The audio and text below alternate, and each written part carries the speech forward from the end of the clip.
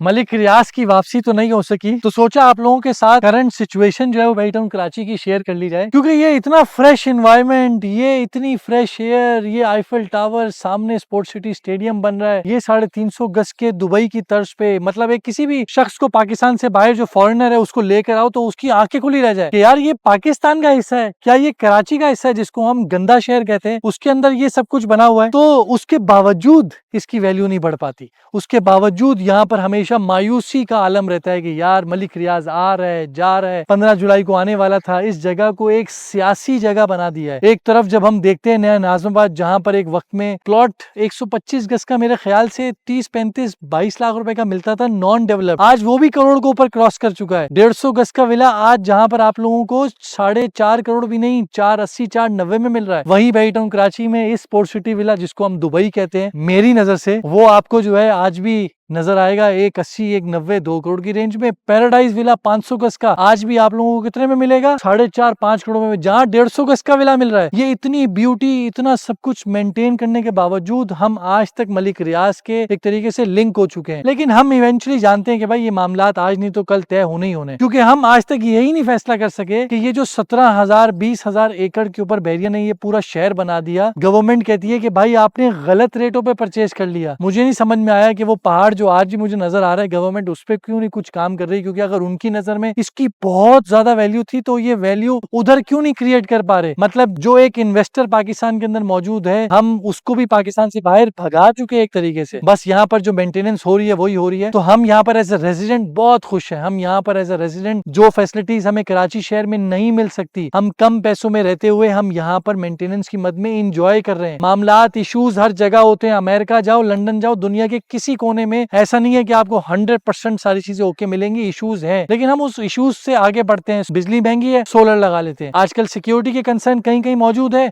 उसके ऊपर हम बातचीत करके हम उसको भी रिजॉल्व करवा रहे हैं, कमेटी बन रही है। लेकिन सब चीजें हमारी सुनने वाला है। अक्सर लोग सवाल पूछते हैं कि यार आप डीएचए सिटी भी कर रहे हैं, बेस्ट कौन सा है? तो मैं उनको एक ही जवाब देता हूं जो इस मैसेज में भी आप लोगों के लिए है कि फिलहाल भाई अगर तो आपको इन्वेस्टमेंट करनी है तो डीएचए सिटी से ज्यादा अच्छी जगह कोई भी नहीं है। वहां आपको बगैर काम किए गटर भी उबल जाएगा ना आपके घर के सामने, आपका रेट डबल हो जाएगा, ट्रिपल हो जाएगा।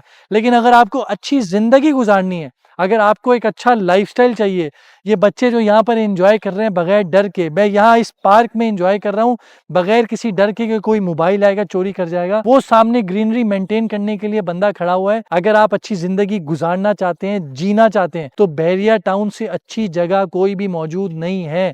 अब ये बात आपको अच्छी लगे, बुरी लगे, सच लगे, झूठ लगे, ये आपकी राय है। जो मेरी राय थी वो मैंने शेयर की, और मेरी राय से बहुत सारे लोग इत्तेफाक करते हैं, तभी लोग बेहटाउन कराची में शिफ्ट होते जा रहे हैं। हाँ, इन्वेस्टमेंट के एतबार से रिटर्न नहीं मिल पा रहा, उसका हमारे कंट्रोल में कुछ नहीं है, डिलीवर कर चुके हैं। हमें ऐसा लगता था कि शायद डिलीवरी की वजह से रेट बढ़ता है, लेकिन पाकिस्तान में आप कराची शहर के लियारी में भी जाएंगे ना, जहां पर बिल्डिंगें गिर रही होंगी, बिल्डिंग जो गिरी है उसके बराबर वाली बिल्डिंग का भी रेट पता करेंगे ना तो करोड़ों में रेट मौजूद होगा। तो इसलिए एक बात तय हो चुकी है कि रेट का बढ़ना पाकिस्तान में डेवलपमेंट की वजह से नहीं है, रेट का बढ़ना बस ऐसे ही है, दिल चाह सप्लाई नहीं है, डिमांड बढ़ गई है इसलिए रेट बढ़ गया है। डेवलपमेंट की वजह से ये देख लें पाकिस्तान में क्या हाल है आपके सामने। मैं दुबई की तरह वाली प्लॉट जो है या विला हो वो कौड़ियों के दाम बेच रहा हूँ, जो कि उस पे भी लोग नखरे करते हैं, नहीं नहीं नहीं, लंडा बाजार की तरह इतने में नहीं, इतने में करा दो। करंट मार्केट सिचुएशन को वाइंड अप करें तो मलिक रियाज तो फिलहाल नहीं आ सके, लेकिन मलिक रियाज जब भी आए, आज नहीं तो कल, जब भी कोई डील करें तो काइंडली